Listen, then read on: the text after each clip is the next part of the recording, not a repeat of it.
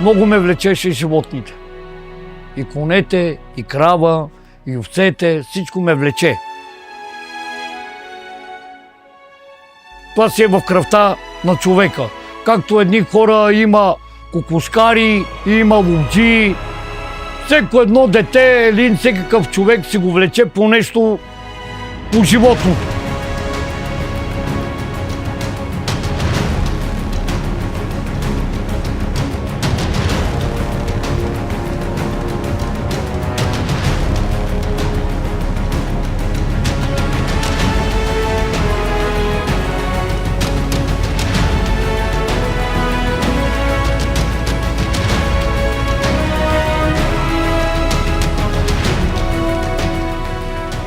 Значи, като ми чуят гласа животните, усещат кой идва.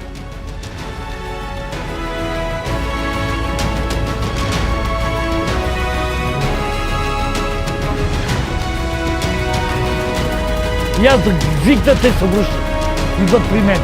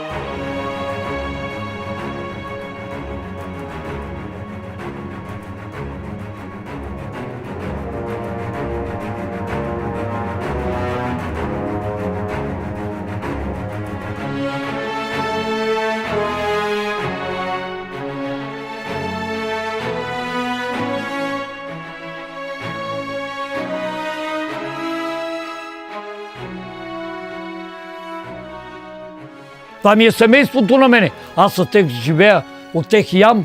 Това ми е прехраната на мене.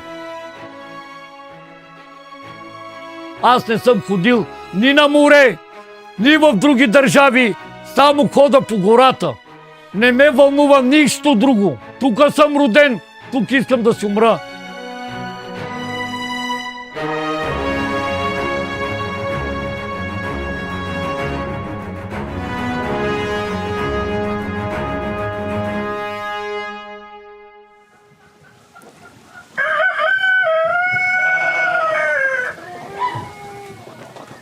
Казвам се Димитър Илиев, големият син на бай Георги.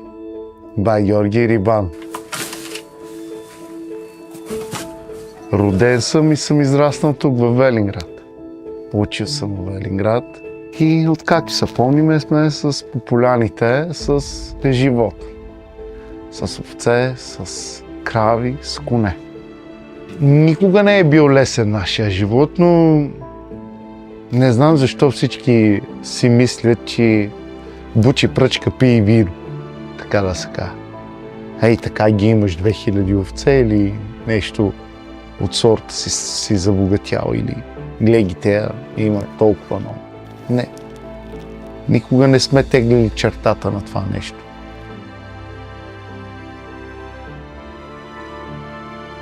За да изградиш едно такова стадо, са ти необходими много години. Докато се адаптира самото животно, поне трябва 1-2 години да преминат. Тогава животните стават най-издръжливи и приспособени към климата, който им предлагаш.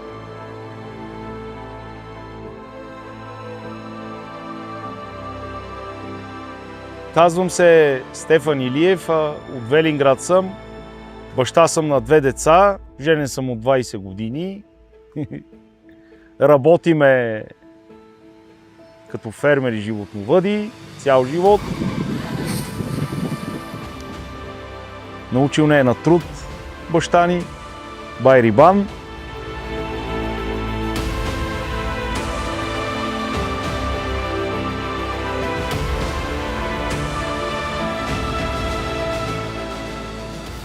Отглеждам медно-червено шуменска и каракачанска овца. В смисъл две породи отглеждам. Стари български породи. Каракачанската и медно-червената овца. След като се ожених, нямаше толкова търсене, няма толкова търсене, примерно на агнета, продеме мъжките, женските останат и стават майки. И всъщност така се развъдих. Без да съм казал, нали, ще ги направя 1000 или 1500, не.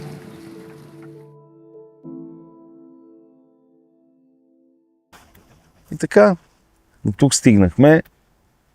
Благодарение на баща ми, на майка ми, че са не възпитали по този начин.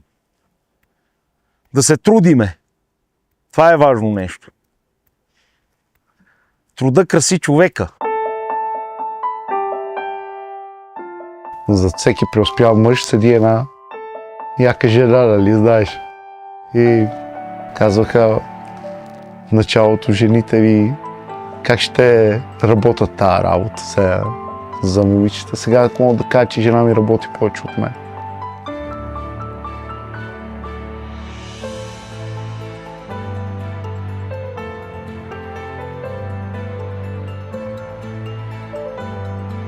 Казвам се Роза, жената на Димитър. До мен е моята дъщеря Гергана, малката ми щерка. Като Гергана беше на 2 годинки и тъпно взе да проходи, тя преходила тук в фермата с ягненцата. Идваме, храним ги, пускаме ги, зареждаме, после ги прибираме, на сутринта пак ги пускаме и аз взимам шишето и ги храна. Ако не стигне, пак отивам.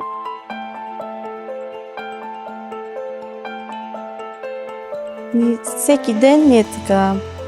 Идвам сутрин, почвам първо с водата. Носа вода, после фураж, после бали със сено, с лицерна, зареждаме. Като зареждаме на агнетата, зимата зареждаме и на майките. Хвърляме към 50-60 бали на ден се зарежда. Те много хора се чудат и от мен и от моите търва, че заедно сме с мъжете, но ние си избрахме този живот. Така че кой какво иска да говори. Живота си е мой личен, аз си го избрах как да живея. Казвам се Виолета Василева и съм от Велинград. Имаме 2 момчета, едното е на 21, едното е на 14. Ние отделно си гледаме нашите овци, черните. Наравно с него работя, грижа се за тях, постоянно съм с животните. Той си ги пуска, нали, да пасат, ако е хубаво времето, лятото. Зимата са на ясла и през другото време работиме заедно. Кога той ги пасе, аз работя така. И децата помагат, кога не са на училище, помагат и те.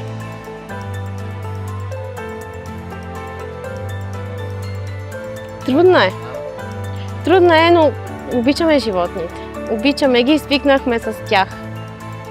Обичаме ги, особено в тази порода, така свикнахме с тях, толкова години ги отглеждаме и си оставаме се женските.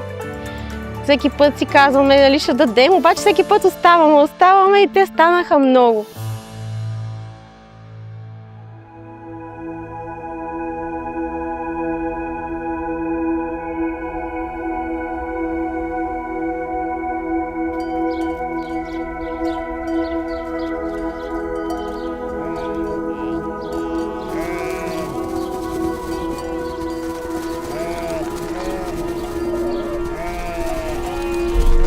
Спомням си на една местност тук, Брези. Там лятно време изкарвахме животните. Бехме горе-долу на 9 години, нека да си спомням. Хубаво беше. Нямаше смартфони, такива неща, не. Стояхме при животните, гледаш да ги напасеш, да са при тебе, да ги преброиш, нали, дали са всички тук.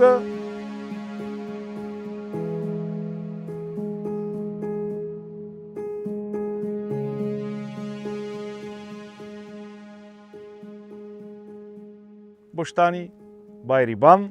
Остави не горе с брат ми.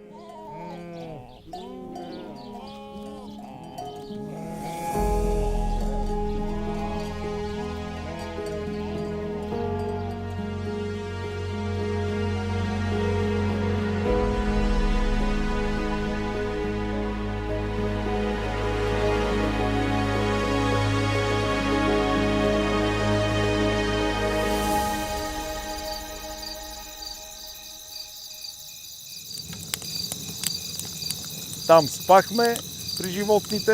Лягаш, спиш, сутрин пак ставаш с тях.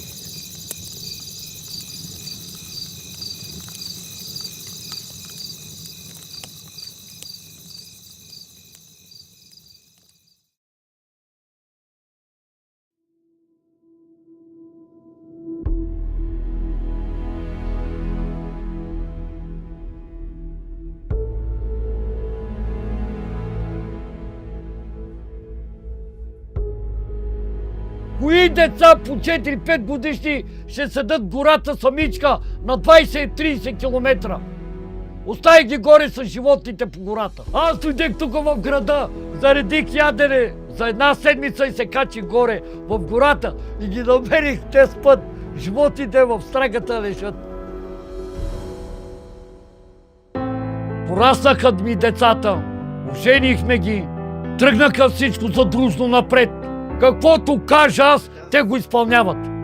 Научихме и снахите да доят, научихме да израждат, но са денонощно тук при нас. Не се делат. Семейството е сплотено. Имахме много възможности така да се откъснем и да заминеме, както обикновено става, нали, по чужбините, на някъде. Се тръгва някой да работи на някъде, да си изкарва от някакви прехраната. Обаче татко не го допусна това. Каза тук до мен. А за бай Рибан, какво да кажа? Алкохолик за работа. То такъв човек няма.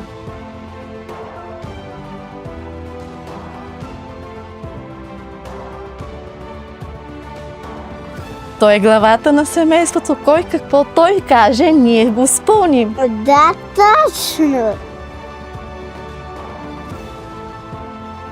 Аз хода само с животните. Движа и наблюдавам и двете стада. Очите ми играят на 4. Варда и двете стада. Това е слабостта на нас. Ние трябва да обикалям.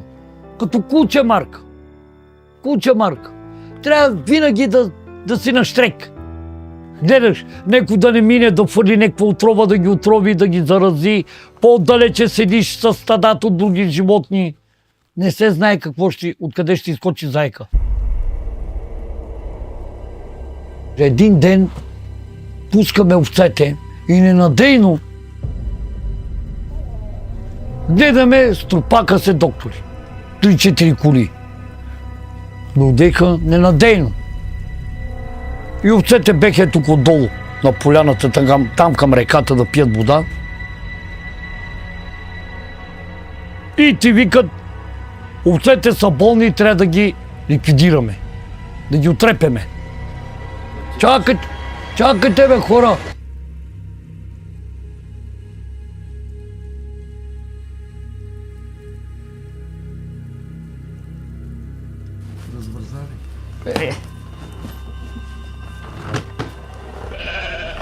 Уядени животни, които скачат като зайци, гледайте! Те не са болни! Те ги изкарват болни, гледайте какво правят животните! Животните ги тресираме тук няколко дена, кръв им даваме свободно, вкарваме ги вътре да вземат кръвта и правят проблеми сега. Искат да ги изтрепат. Гледай какво е нещо. Ето овца оягнена. Преди 2 часа се оягнила. Ето, ягнето при нея лежи. Докторите, кой ви праща? От коя организация? Баба Хо. Обикновен изпълнител, нямам право да давам никакво. Добре, ма вие имате ли доказателства въобще за това нещо, което го искате в момента? Що от мен ги пресижа съвсем? Вие сте тук. Всичко стана толкова набързо. Една снимка по съмнение за чума. И да те натискат да убият живот. Завъртяха ни колелото. Бех в болницата с малката и той ми звъни по телефона. И вика, бързо, че идват да убият овцете. Той така го каза, че аз не знам как дойдох тук. Аз като пристигнах, тук ми стана лошо. Кога дойдоха да вземат кръв, те ни казаха, че на здрави животни взимат кръв. Не знам как ни такова ги пуснахме да вземат кръв. Те не са болни. Те ако беха болни, аз още на същата седмица щех да ги дам. На мен не ми трябва болно животно да гледам. Как може държавата и БАБ да дойдат при теб и да кажат съмнение за чума, на следващ етап да чекнат в унищожителна програма надзор и да им спести едни процедури, които са длъжни по принцип да направят, защото те го казват съмнение за чума. На следващ етап да изкопат гроба на животните преди да са ти дали заповед за умъртвяване, след това ти връчват една заповед за умъртвяване на животните. Всичко стана толкова набързо. Дойдоха по някаква програма надзор, в петък взимат кръв и вече в понеделник идват с фаза смърт да ги убият, без да осъзнаем какво се случва даже. 25 ноември, помня, беше понеделник. Чакайте бе, как ще ги трепете тия животни са здрави? Те не са болни. Кой ви казва, че са болни? На кой да вервам? На очите или на вас? Аз съм денонощно с тях. Те ако са болни, аз ще ви ги дам. Но те не са болни. Те не са болни, нямам болни животни. Те, където искат да ги убият, те са луди. Те са здрави.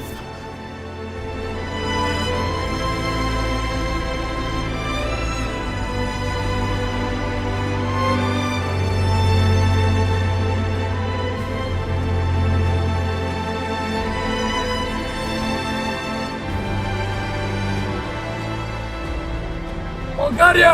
Дирете, че не са болни животните! Искат да ги морят! Дирете мъните тяха се кърчат! Спасяват си душичките! Погледнете Българио!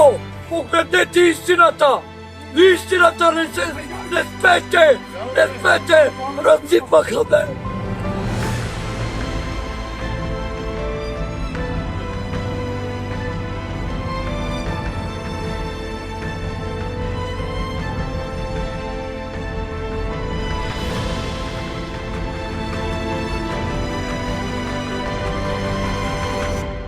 Като там не нагърнаха вече докторите, викат, че има чума. Аз в този момент, зет ми беше до мене и аз правя едно изказване. Викам, помощ! България, къде сте? Идвайте, българи, гледат да ми ликвидират стадата. И в този момент, за 10-15 минути, половината град беше тук, при мен. Беше адско заградено. Докторите, като видеха, спреха се. Хора от цяла България. От цял свят, от цяла България. Огньове имаше тук. На 4 места гореше огън, защото нямаше... На един огън не могат да съберат всичките. Огньове тук палеха, грееха се хората, сушеха се. С бебета имаше даже. На 3 дена бебета беха си ги турили така в едни призрамки. Те беха тук очевидно при мене.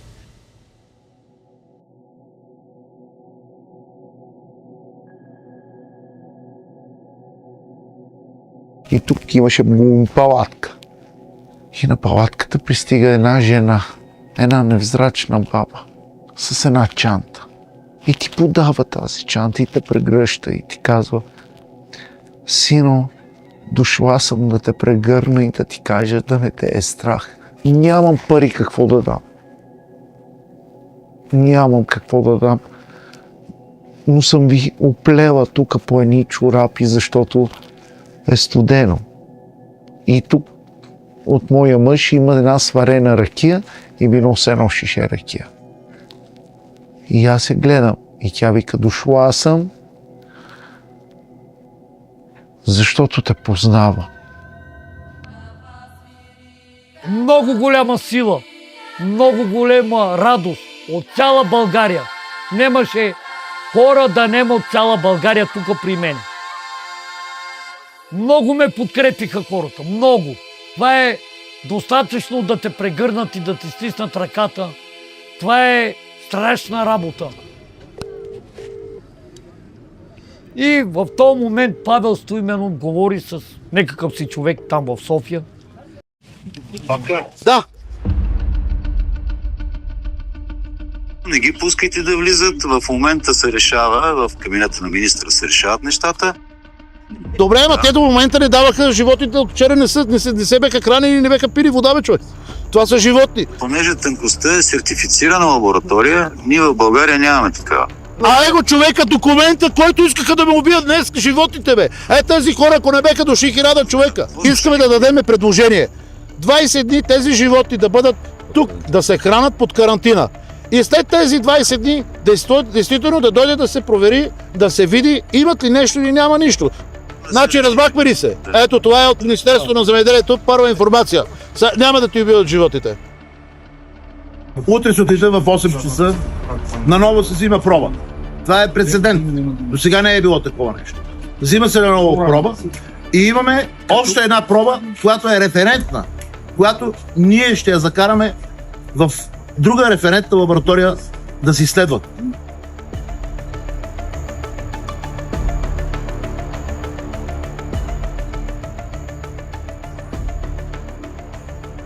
Добро утро на всички. В момента сме с Димитър Илиев, пътуваме към Солун, защото днес ще излезат пробите, които се правят в Гърция.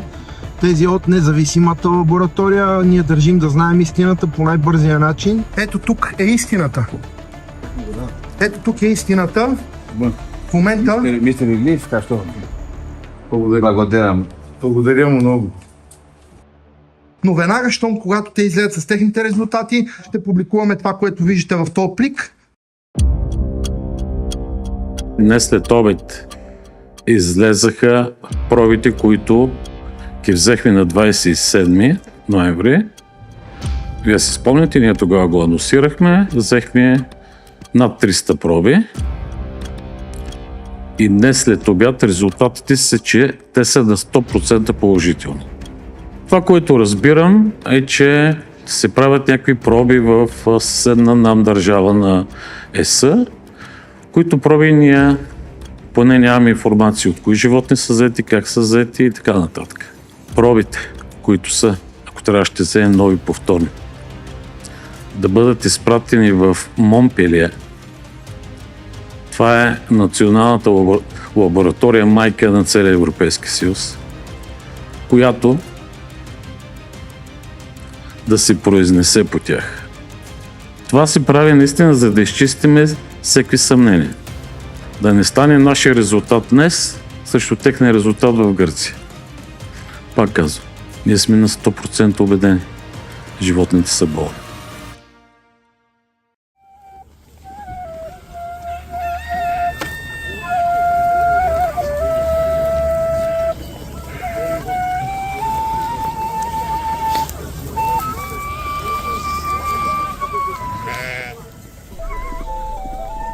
Аз плача със сълзи. Рева като малко дете за животните. Хората ме успокояват. Иван от Стара Загора с кавала. Аз плача. Иван свири. Свири и ме прегръща момчето. Да ме успокоява. Агнетата се раждат в калта във водата. Аз взимам агнет от майката и го показвам, че е живо и здраво, че няма никаква чума. Гледайте болните овце! Болните овце, гледайте какво раждат! Гледайте! Гледайте болните овце! Болните овце как раждат!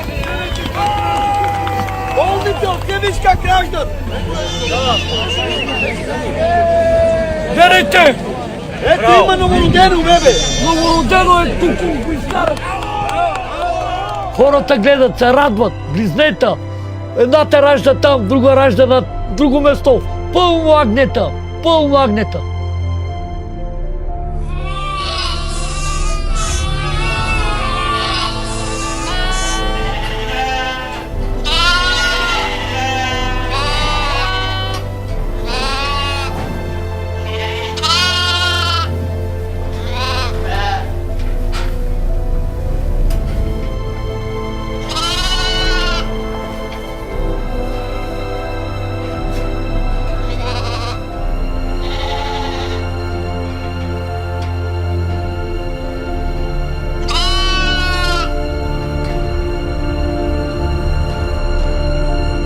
Това беше като детска градина.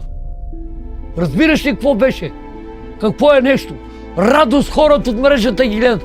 Немахме мрежи. Хората влизаха вътре, бе. Двора не беше заграден. Не бехме заградени. Хора, който как дойде, отиват при животните. Та ражда тук, друга ражда там. Пълно народ им се радват на животните. Добре, къде е тази чума? Аз казвам на докторите. Полицията гледа! Полицаите гледат, че овците раждат. Не му умрели животни. Ние, след като занесохме нашите проби веднага в Солун, в сертифицираната лаборатория, пробите бяха взети тук заедно с ветеринарните доктори, които са към Баба Върде. Пробите вчера излезнаха. В Монпелие. Оттам имаме вече протокол. Отваряме плика пред всички, абсолютно. Това е от гръцката лаборатория, за хората да го знаят това нещо. Пробите е ясно записано, че няма чума, че няма никакви болести. Почваме от тук. Негатив, подпис, всички данни. Както виждате сами, всичко е, това е негатив. Това е абсолютно всичко. То целият код с документи е негативен. Животните са абсолютно здрави. Ето ги документите. Ето е лабораторията, която е сертифицирана. Имаме го документа за Ето им сертификат. сертификата на лабораторията Назад вече с европейски сертификат. пробите вътре. Становището на експерта, който е сигурно 50 години вече ветеринар от 75-та година до сега, една от най-известните лаборатории в Гърция. Становището му е, че тук няма чума по овцете. От всичките проби, които са 84, има 2, в които е налично антитела, но са около нормата, така че това не е притеснително. Всяка една проба имаме по 2 теста, тук имаме само един, който е позитивен. И тук е с много малка разлика, той доктора ми обясни това нещо. Ние не знаеме те животни кога са придобили въпросните антитела. Това може да е нещо, което да раздразни леко имунната система и пак да отчете, че... Ето виждате 40-та проба. Това са 2 типа различни проба за 40-то животно. 101 и какво казахме 88 на половина. На практика имаме от всичките тези документи, имаме 2 позитивни, един съмнителен и абсолютно всичките други са негативни. Ето вижте колко са. Ако има чума по овцете, абсолютно всичките проби ще са положителни, така че това е много важно. Въпросните 2 проби, които са с придобити антитела, може да бъдат на база и друг тип болести. Доколкото разбрахме по-рано, е имало тук пастериолоза, 15 дни по-рано. Преди 8 дни въпросното стадо е вакцинирано против пастериолоза и е възможно да има някаква дребна реакция и смущение на имунната система. Оттам имаме вече протокол. Те напълно потвърждават резултатите от нашата лаборатория. Наличен е вируса на чума на дребни преживни животни в пробите, налични са и антителата. Още веднъж показвам, ето е така нареченото филогенетично дърво, което показва сходството на нашия вирус първо с този в Гърция. Много ясно се вижда, тук съм сложил една отметка. После може да го снимате и да го видите. Тоест, повтарям, тук не става въпрос за вакцинирани животни, става въпрос за инфектирани животни. Това е категорично. Не 100, а 1000% ясно от този протокол от Европейската лаборатория.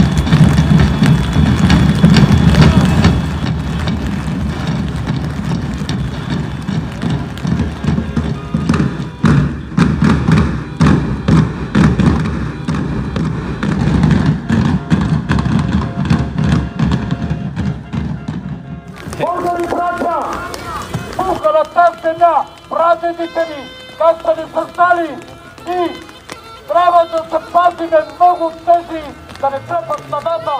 Бъдете силни и здрави мъже на тази земя, защото ако спете, да ме тъпкат. Събудете се, Българио!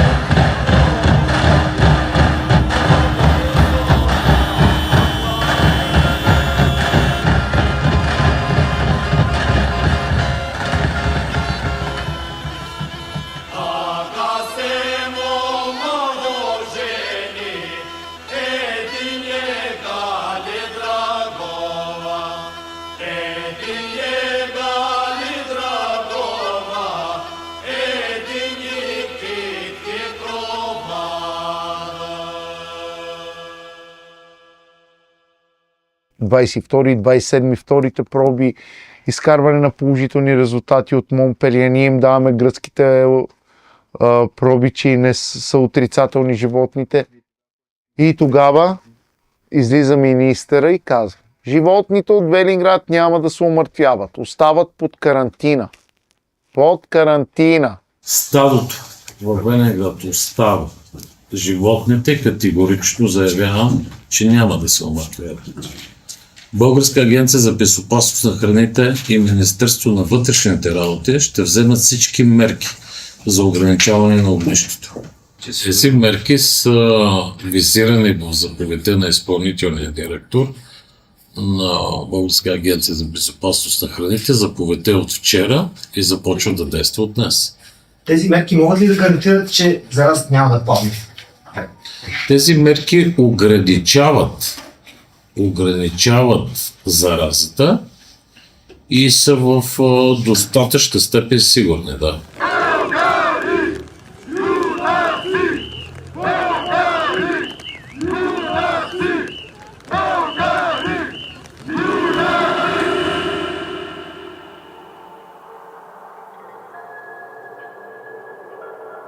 Всеки говори за карантина, даже и министъра каза, животните ще останат под карантина, но под карантина аз разбирам срок за определено време. Нали, 21 дена, 48 дена, 60 дена, ма ние сме вече 10-ти месец и нищо. Те всъщност казват карантина, но ние нямаме такъв документ. Ние имаме документ за възбрана. Оттам насетне те не вземат вече никакво отношение. Чакат явно да фалираме, да няма какво ги храниме, да не ни помагат хората и да се предадем. 24-та година имаме пуснати заявления към Държавен фонд земеделие. Не ни са изплатени субсидиите от тогава. Спрени са. Нищо, че заявленията са изрядни. Това, че не сме се съгласили да убият животните, няма пари. Просто не оставиха без всякакви приходи към стопанствата. Откъде ние да вземем пари, за да издържаме стопанствата? Кой иска да правим? Няма фураж за живота. Мога да изчистим оборите. Плевните са ми празни. Това стопанство се нуждае от храна. Да достигне до храна, трябва да си плата. С какви средства да си платиме тази храна? Не говорим пък изобщо за работа. Колко сме се изморили и колко какво ще стане.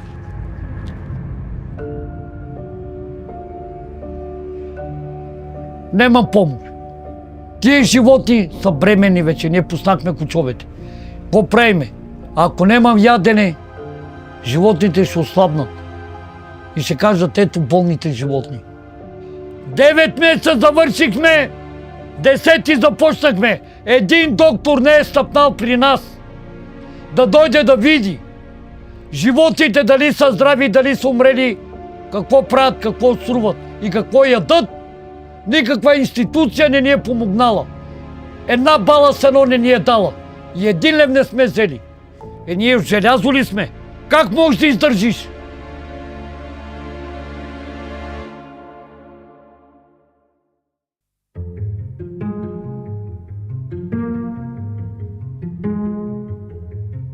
Девет месеца животните живи и здрави. За каква чума говориме? Ако имаше чума, трябваше да... До сега животните просто да ги няма, да са измряли.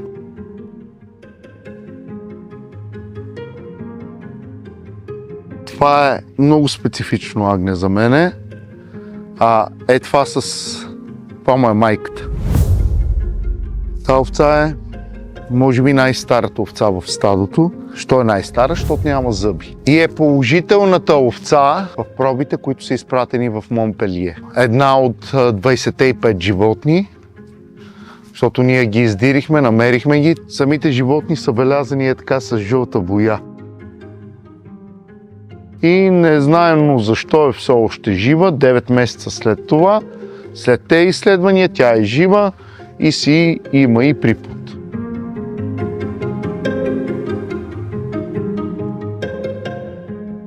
Изследваха тук в съседство. Тук до мен има една разделителна мрежа, и казвам аз. От другата страна на мрежите има 20 овце, не знам точно колко са на Байколю. Съседна ферма до нас, там не се прехвърли чумата, там са отрицателни пробите от страна на БАБ и тези животни са здрави. И тук в района вече има в близост други животни, които пасат заедно с нашите, които излизат на едни и същи поляни, на един и същи водопой посещават. И пак те са здрави, само нашите са болни. На кого му трябва чумата? И защо беше цялото нещо, за какво му трябва чумата? За какво се продължава след 9 месеца да искат да убият тези животни, като те са живи и здрави? Какво по-голямо доказателство от това нещо? И защо трябва да ни измъчват още повече?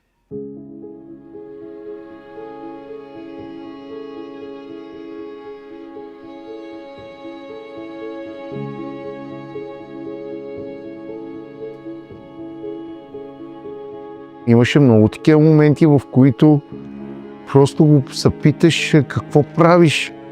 Ти работиш от сутрин до вечер и никакви доходи нямаш, само трябва да даваш, само разход.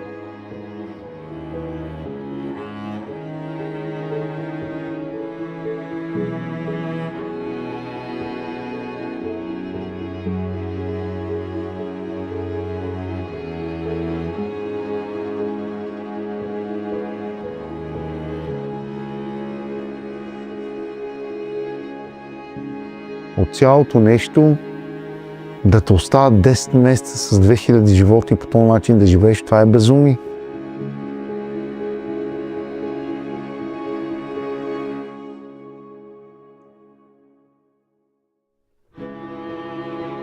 Не може вече да се издържа психически. Физически си вършихме работата, но психически станахме луди. Всеки ден да мислиш какво ще стане с нас. Това е всеки Божи ден.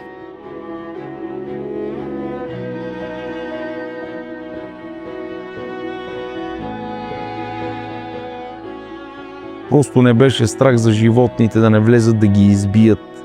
Пазехме ги тука. През дена работиш, зареждаш, агниш, цела нощ постоиш да пазиш. То беше ужас нещо. Не.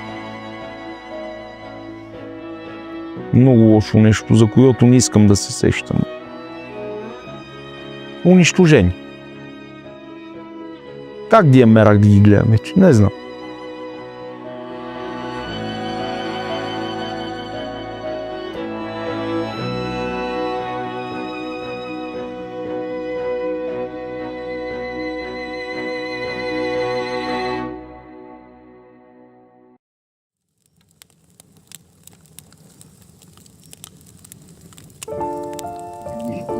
Не сме спали с дни. Обаче как дигаш да заспиш? Какво ли не ми иде на къл? Страх ме е за децата ни, страх ме е за баща ми, страх ме е за семейството ми. Вече не ме е страх толкова за животните. Страх ме е за моето семейство. Това здраво семейство да не би да се разпадне и да се смаже. Не знаеме кой седи срещу нас. Дали е предател или е с нас. Това е истината. Кой ще ми забие ножа в гърба? Не мислим позитивно. Усети ли ме, че не те лъжа? Аз знам, че ме лъжиш. Ти ако лъжиш, аз нямаше да дойда. Чумата е в министерството, чумата е в ръководството на агенцията, чумата е в парламента, чумата не е тук. И ако ще бием някъде чумата, ние трябва да убием източника, агенцията, министерството, парламента, хората, които не заслужават нашето доверие.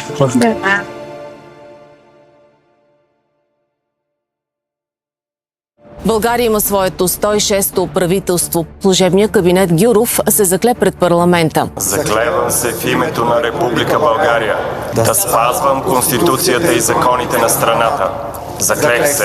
С моя заповед, качеството ми на министър на земеделието и храните, беше създадена работна група, която да извърши правен и ветеринарно-медицински документален анализ на обявените с заповед на изпълнителния директор на Българска агенция по безопасност на храните случаи с първично възникнали огнища на болестта чума по дребните преживни животни в животновъдни обекти и да предостави доклад с възможностите и предложенията за решение. Мога да ви уверя, че от ден първи по случая се работи приоритетно, с внимание към всички аспекти. От една страна да намалим страданието на това семейство, както и на много други животновъди, и от друга страна да спрем този процес на компрометиране на държавните институции и агенции. Извън изявлението тук ще си позволя да ви помоля да не дискутираме днес конкретните решения, защото вярваме, че е наш дълг първо да ги споделим с семейство Илиеви, което ще стане утре, и тогава вече да можем да уведомим и обществеността.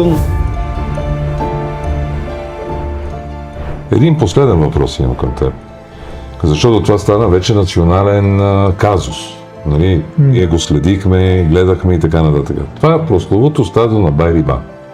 Там имаме 3 сценария. Сценарий номер 1 – стадото да бъде убито. Аз още от ден първи казах, че няма да го направи. В момента, в който един обект животновъден и животните в него са вписани в ЛАХИС, системата за обявяване на огнища, този процес е необратим. Аз мога да отменя всички заповеди от 1893 година, когато възниква Министерство на земеделието. До ден днешен. Да. Това има нулева правна стойност, когато става въпрос за международните норми и за вписването на огнището в ЛАХИС. Тоест дори да ги отменя, жълтата точка там си остава. Но стигнали сме разбиране, че ако ние влезем и убием стадото, ще компрометираме окончателно министерството, БАБХ и ветеринарната професия. А проблема с стадото на Байрибан? А за стадото си глух и сляп. Защо не освободи стадото? Освободи стадото на Байрибан. Байрибан. Байрибан. Байрибан. Байрибан. Байрибан. Байрибан. Байрибан. Байрибан. В същото време ги имаш тези хиляди. Христанов пусни стадото, Христанов пусни стадото, Христанов. Абе, пичове, Христанов не може да пусне стадото, няма такъв закон. Няма такова нещо. Както ти можеш да го пуснеш, така мога да го пусна и аз.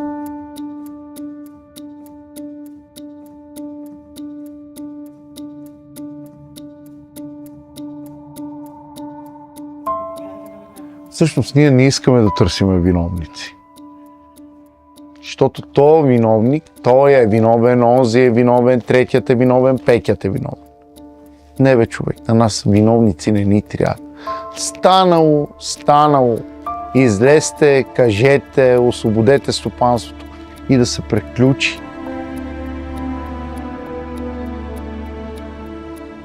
Да се приключи. Искаме едно адекватно решение от тях.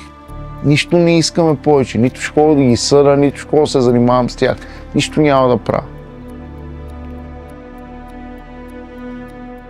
Не виждам смисъл от цялото нещо да продължава още. Колко време трябва да продължим и колко време трябва да докажем на БАБ, че животните са живи и здрави.